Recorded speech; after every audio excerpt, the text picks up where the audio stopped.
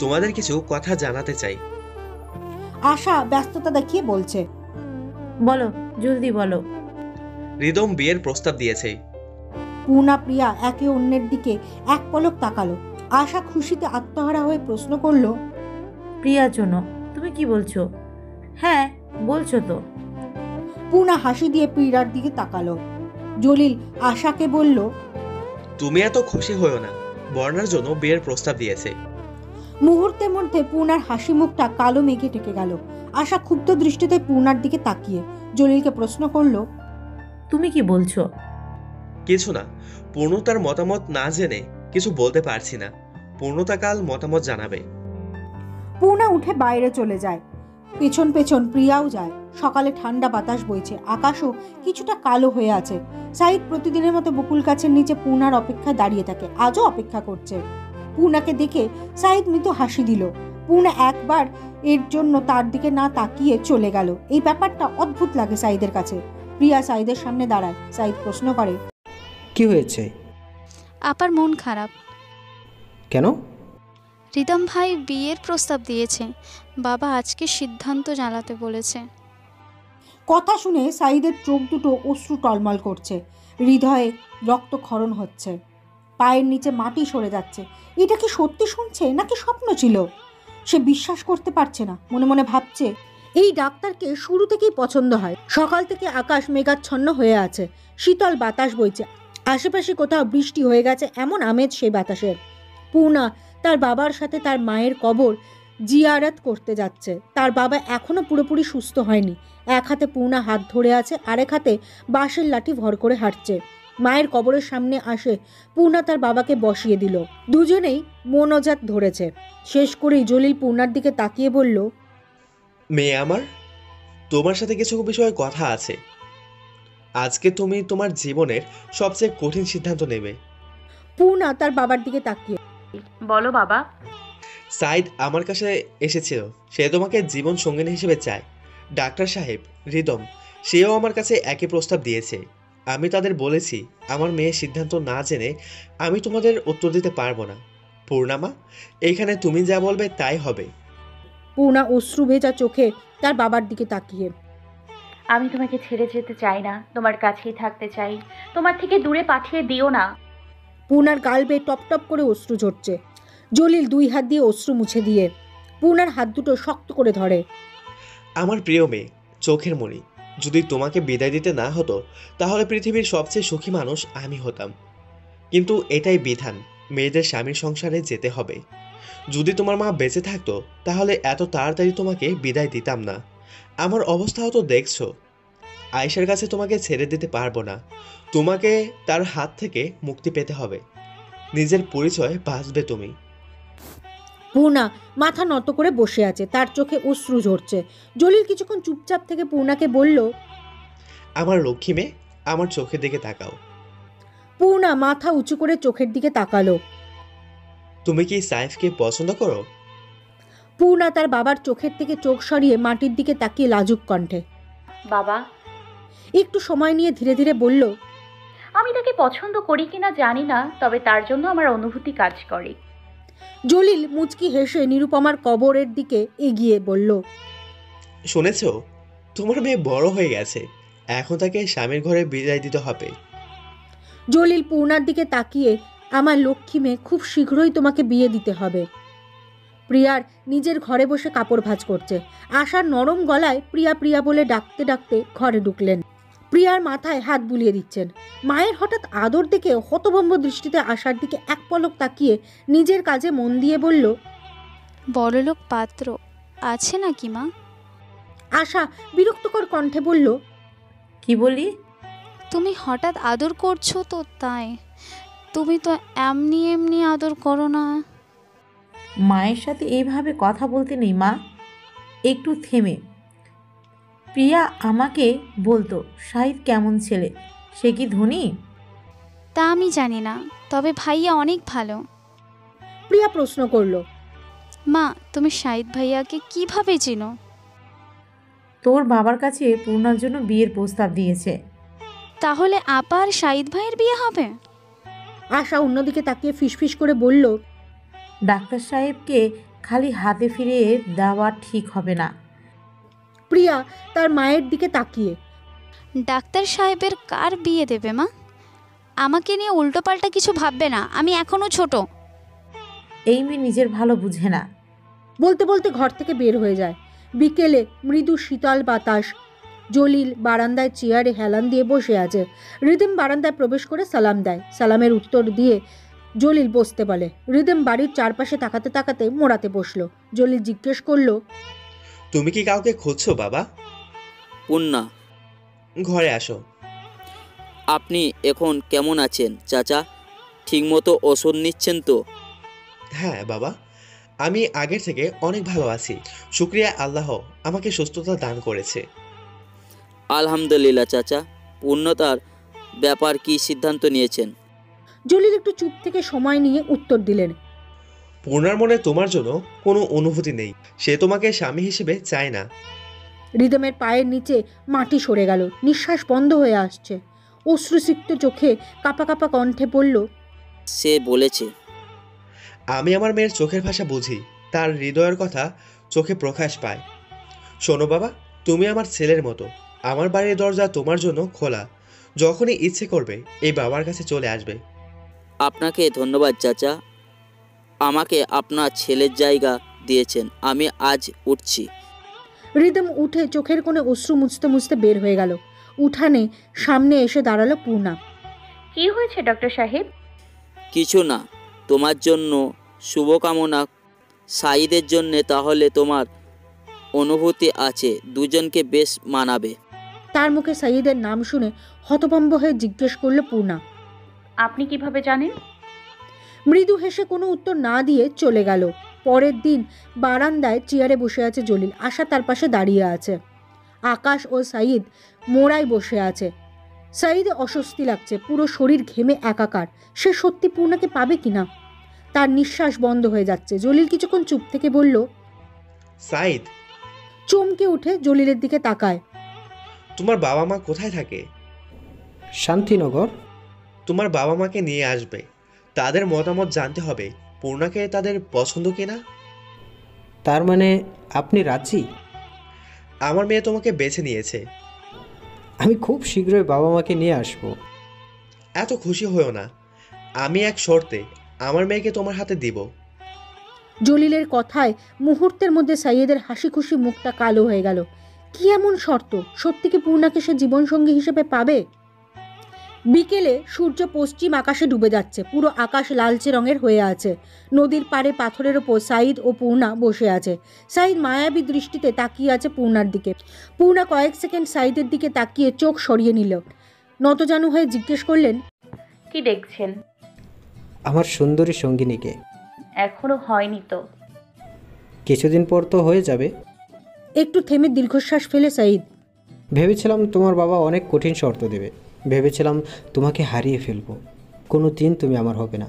সে শর্ত দিল তার মেয়ের স্বপ্ন যেন পূরণ করি, তার মেয়ের পড়ালেখা কোনোভাবেই বন্ধ না হয়, তার মেয়ের পাশে সারা জীবন থাকি। আমি তোমাকে কথা দিচ্ছি পূর্ণা, তোমাকে সারা জীবন আগলে রাখবো, কোনো কষ্ট তোমাকে ছুতে দেব না। পূর্ণা মুচকি হেসে বলল। আপনি অনেক ভালো একজন মানুষ। সাইদ হেসে উত্তর দিল, এই প্রথম কোনো সুন্দরী মেয়ে আমার প্রশংসা করলো। কেন আগে কেউ করেনি? না, তেমন কেউ না। তেমন কেউ না মানে? তার মানে করেছে। আচ্ছা পূর্ণা, একটা উত্তর দাও তো, তুমি কি আমাকে পছন্দ করো? পূর্ণা মাথা নিচু করে চাপা স্বরে বলল, হয়তো। এখনও তো আমার চিঠির উত্তর দিলে না, আমি কি ধরে নেব পূর্ণা চিঠি লিখতে পারে না? পূর্ণা নিজের ব্যাগ থেকে একটা চিঠি বের করে সাইদের হাতে দিলেন। সাইদ খুশিতে আত্মহারা। পূর্ণা চিঠি লিখতে পারে। কিছুক্ষণ চুপ থেকে পূর্ণা বলল, আমাকে বাসায় যেতে হবে, সন্ধ্যা নেমে আসছে। চলো, তোমাকে এগিয়ে দিয়ে আসছি। আমি যেতে পারবো? আমি আমার হবু স্ত্রীকে একা ছাড়তে পারি না, চলো আমরা যাই। প্রিয়া পূর্ণার বিছানায় শুয়ে আছে। পূর্ণার হাসি মুখে শূন্যে তাকিয়ে কিছু ভাবছে। প্রিয়া পূর্ণার দিকে তাকিয়ে চাপা স্বরে, আপা, পূর্ণা প্রিয়ার দিকে তাকিয়ে এক হাত দিয়ে মাথায় হাত বুলিয়ে। কি হয়েছে? প্রিয়া মুখ ভার করে, তোমার বিয়ে হয়ে গেলে আমি একা হয়ে যাব, তোমাকে অনেক মনে পড়বে। লক্ষ্মী বোন আমার, ও অনেক কষ্ট হবে যখন আমি ভাবি এই বাড়ি উঠান ঘর বাবা বোন ভাইদের ছেড়ে যেতে হবে, তখন আমার হৃদয় টুকরো টুকরো হয়ে যায়। কেন যেতে হয়? যদি এই নিয়মটা বদলে যেত, যদি মেয়েদের বাবার ঘর ছেড়ে যেতে না হতো। পূর্ণার চোখ থেকে অশ্রু ঝরছে। প্রিয়া চোখের অশ্রু মুছে দিয়ে, আপা কেঁদো না, তুমি তুমি শাহিদ ভাইয়ের কাছে অনেক ভালো থাকবে, দেখো তুমি অনেক সুখী হবে। আমিন। দুই বোন দুইজনকে জড়িয়ে ধরে রাখে। গভীর রাত, চারিদিকে নিস্তব্ধ। দূরে কোথাও থেকে এক শিয়ালের ডাক শোনা যাচ্ছে। বাড়ির পাশের কুকুরটা ঘেউ ঘেউ করে ডেকে উঠেছে। চোখে ঘুম নেই। বারান্দায় চিন্তিত অবস্থায় দাঁড়িয়ে আছে সাঈদ। আকাশ বারান্দায় প্রবেশ করে, এত রাতে এখানে দাঁড়িয়ে আছো কেন ভাই? সাঈদ উত্তর দিল, ঘুম নেই? কি নিয়ে এত চিন্তিত? চাচা চাচি মানবে কি না? বুঝতে পারছি না কি করব, কিভাবে তাদের রাজি করায়। বাবা সহজ সরল, আমি যা বলবো মেনে নেবে, কিন্তু মা আর বোনরা তো খুব কঠিন মানুষ। আমার জন্য অনেক বড় ঘরের পাত্রী আশা করে, পূর্ণাকে তারা মেনে নেবে না। আকাশ ছোট্ট করে একটা শ্বাস ফেলে। সম্পর্ক শুরু করার আগে চেষ্টা ভেবে নেওয়া উচিত ছিল। কাঁধে হাত রেখে আকাশ বলল, তোমার যেটা ভালো মনে হয় করো ভাই। সাঈদের মনে পড়ে পূর্ণার চিঠির কথা। দ্রুত নিজের ঘরে চলে যায়। শার্টের পকেট থেকে চিঠিটা বের করে আবার বারান্দায় চলে আসে। চিঠিটার দিকে মায়াবী দৃষ্টিতে কয়েক সেকেন্ড তাকিয়ে খুলে পড়ে। প্রিয় সাঈদ, আমি ভেবে উঠতে পারছি না কিভাবে কি লিখব। চিঠির ভাষা আমার জানা নেই, কিভাবে গুছিয়ে লিখতে হয় আমি তাও জানি না। আপনি আমাকে বারবার প্রশ্ন করেছিলেন আমি আপনাকে ভালোবাসি কিনা বলতে পারবো না, শুধু এইটুকু বলতে পারি, যখন আপনাকে দেখি থমকে যায় নিঃশ্বাস, কণ্ঠনালী, বুকের ভেতরে থাকা হৃৎপিণ্ডটা শিশির অনুভূত হয়। এটাকে কি ভালোবাসা বলে নাকি অনুভূতি তা আমার জানা নেই, শুধু এইটুকু বলতে পারি আপনার সাথে থাকা প্রতিটা মুহূর্ত আমার জীবনে কাটানোর সবচেয়ে সুখের সময়। আপনি পাশে থাকলে আমি প্রাণ খুলে হাসতে পারি, এই প্রথম কোনো পুরুষের জন্য অনুভব করলাম। আপনি ছাড়া আর কোনো কিছুই ভাবতে পারছি না। হয়তো এই মেয়েটা বকুল গাছের নিচে অপেক্ষা করা ছেলেটার প্রেমে পড়ে গেছে। আর কিছু লিখতে পারছি না, আমার হৃদয় থমকে যাচ্ছে। এটি আপনার পূর্ণবতী। সকাল থেকে শেখ বাড়িতে খুশির আমেজ। আত্মীয় স্বজনরা বাসায় আসছে। আপ্যায়নের প্রস্তুতি তোড়জোড় চলছে। বাড়ির প্রতিটি মানুষ ব্যস্ত। সাধারণ ভাতের পরিবর্তে সুগন্ধি চালের ভাত, হাঁসের মাংস, মুরগির মাংস, ফিরিনি রান্না করা হয়েছে। বাড়িতে উৎসব মুখর পরিবেশ। পূর্ণা সকাল থেকে তার ভাইদের সাথে নিয়ে পুরো বাড়ি পরিষ্কারে ব্যস্ত। প্রিয়া ঘর গোছানো, জলিল আত্মীয়দের সাথে কথা বলায়, আর আশা রান্না করায় আজ তাকে অনেক খুশি দেখাচ্ছে। আজ কোনো পরিশ্রম যেন গায়ে লাগছে না তার। সে ক্লান্ত হচ্ছে না। পূর্ণাকে অবশেষে বাড়ি থেকে বিদায় দিচ্ছে, এতে সে বেশ খুশি। আজ পূর্ণা ও সাঈদের বাগদান, সবকিছুর প্রস্তুতি শেষ। অতিথিরা দুপুরে খানা তৃপ্তি সহকারে খেয়েছে। সবাই বারান্দায় চেয়ারে বসে আছে। সাঈদের বাসা থেকে তার বাবা ও মামা এসেছে। মামা অহংকারী স্বরে পূর্ণার বাবাকে উদ্দেশ্য করে বললেন, জলিল সাহেব, এবার আপনার মেয়েকে নিয়ে আসুন, দেখি আপনার মেয়ে কত রূপবতী। আমার ভাগ্নে কি দেখে এরকম পাগল হয়েছে। ভাগ্নের জন্য এইখানে আসলাম, আমাদের স্বপ্ন ছিল তার জন্য ধনী পরিবারের মেয়ে আনা। জলিল হালকা নিঃশ্বাস ছেড়ে বললেন, আমরা হয়তো ধনী না, তবে আমার মেয়ে রাজকন্যা থেকে কম নয়। জলিল চোখের ইশারায় আশাকে বললেন পূর্ণাকে নিয়ে আসতে। টিপ টিপ পায়ে পূর্ণা সদর ঘর পেরিয়ে বারান্দার দরজা দিয়ে প্রবেশ করে। পূর্ণা পরনে হালকা গোলাপি রঙের শাড়িতে সোনালি সুতোর কাজ, হাতে কাঁচের চুড়ি, বাঁকা সিঁথি, চুলের খোপায় বকুল ফুলের মালা। সবাই মুগ্ধ চোখে পূর্ণার দিকে তাকিয়ে আছে। দেখে মনে হচ্ছে শেখ বাড়ির বারান্দায় দরজায় আকাশ থেকে চাঁদ নেমে এসেছে। সাঈদের মামা মুগ্ধ চোখে তাকিয়ে আছে আর বলছে, তাহলে এই জন্যই আমার ভাগ্নে এই মেয়ের জন্য পাগল হয়েছে। এই তো চাঁদের মতো সুন্দর। পূর্ণা মামাকে পা ছুঁয়ে সালাম করে। সাঈদের বাবাকে সালাম করতে গেলে হাত দিয়ে ধরে পূর্ণার মাথায় হাত বুলিয়ে, বেঁচে থাকো বা। পূর্ণা চেয়ারে বসে, এক পাশে তিশা, অন্য পাশে প্রিয়া বসে, তাদের পেছনে আশা দাঁড়িয়ে আছে। সাঈদ পূর্ণার মুখোমুখি বসেছে। পূর্ণার দিকে তাকিয়ে আলতো করে চোখ টিপে দেয়। পূর্ণার ঠোঁটের কোণে হালকা মৃদু হাসে। জলিল সাঈদের বাবাকে বলল, আশিক ভাই, আপনার স্ত্রী ও মেয়ে আসেনি কেন?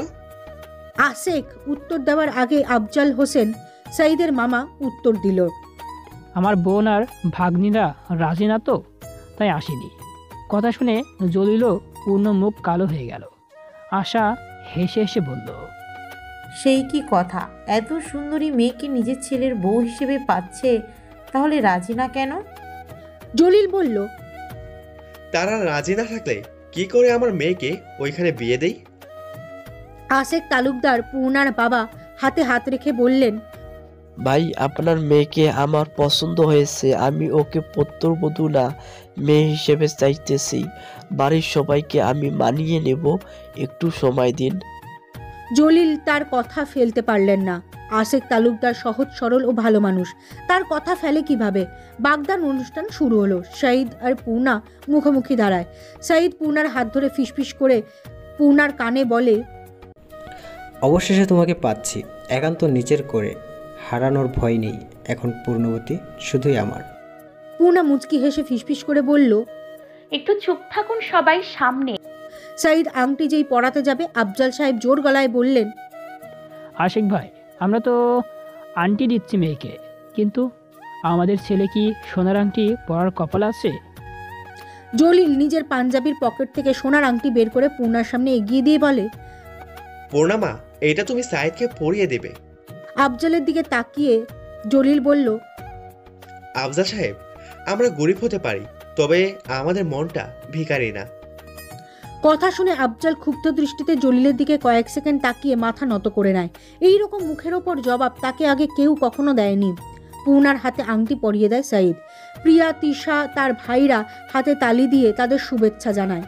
পূর্ণা যেই আংটি পরাতে যাবে, তখনই রিদম এসে দরজায় হাজির হয়। তার শরীর ঘেমে একাকার, অস্থির দেখাচ্ছে তাকে। পূর্ণা তাকে দেখে হতভম্ব হয়ে যায়। সবাই পূর্ণার দিকে এমনভাবে তাকিয়ে আছে, মনে হচ্ছে পূর্ণা অনেক বড় অপরাধী। পূর্ণার অস্বস্তির নিঃশ্বাস। ডাক্তার সাহেব কেন এইখানে এসেছে?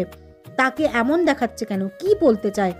তার আশা সবাই ভালো চোখে দেখবে তো, নাকি পূর্ণাকে কলঙ্ক দেবে? পূর্ণার মনে হাজারটা প্রশ্ন ঘুরপাক খাচ্ছে। সাঈদ বিরক্ত কণ্ঠে রিদিমের দিকে এগিয়ে গিয়ে জিজ্ঞেস করলো, কি চাই ডাক্তার?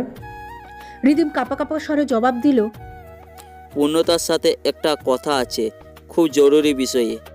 বিকেলে সোনালি রৌদ্র, মন মাতানো বাতাস বইছে, শীতল হাওয়া। পাকা ঘাটলা পূর্ণা, প্রিয়া ও তিশা বসে আছে। প্রিয়া গালে হাত দিয়ে বসে আছে। পূর্ণা গভীর চিন্তায় আছে। তিশা দুজনের দিকে কয়েক সেকেন্ড তাকিয়ে আবার শূন্যে তাকিয়ে গোপন নিঃশ্বাস ছেড়ে বললেন, প্রিয়া, ও ডাক্তার সাহেব কোথা থাকে? কথা শুনে পূর্ণা চমকে উঠে কয়েক সেকেন্ড তিশার দিকে তাকিয়ে থাকে। তার মধ্যে প্রিয়া জবাব দেয়, আমি জানি সে এখানকার না, হাসপাতালে থাকে, তাই জানি। একটু চুপ থেকে প্রিয়া, আপা, তোমার বাগদানের দিন কি বলতে চেয়েছিল সে? প্রিয়ার কথা শুনে নিজের হাতের আঙ্গুলের বাগদানের আংটির দিকে তাকিয়ে জবাব দিল, জানি না, তবে কিছু একটা বলতে চেয়েছিল। চলো আজকে হাসপাতালে যাই আপা, তাহলে তো জানতে পারবো কি বলতে চেয়েছিল। যাওয়া ঠিক হবে না, আর এখন আমার বাগদান হয়ে গেছে, আমি এখন অন্য কারোর সাথে দেখা করতে পারি না। প্রিয়া বলল, ঠিক বলছো আপা, আর শাহিদ ভাই তো ডাক্তার সাহেবকে দেখতে পারে না। একটু থেমে তিশা, তবে যাই বলিস, ডাক্তার সাহেব কিন্তু অনেক সুন্দর, চোখগুলো কি সুন্দর, নীল চোখের ডাক্তার। তিশার কথা শুনে পূর্ণা ও প্রিয়া তার দিকে কয়েক সেকেন্ড তাকিয়ে দুজনেই হেসে ফেলল। জলিল আগে থেকে একটু অস্বস্তি বোধ করছে, শরীরটা খারাপ লাগছে, মনে হচ্ছে অসুখটা বেড়েছে।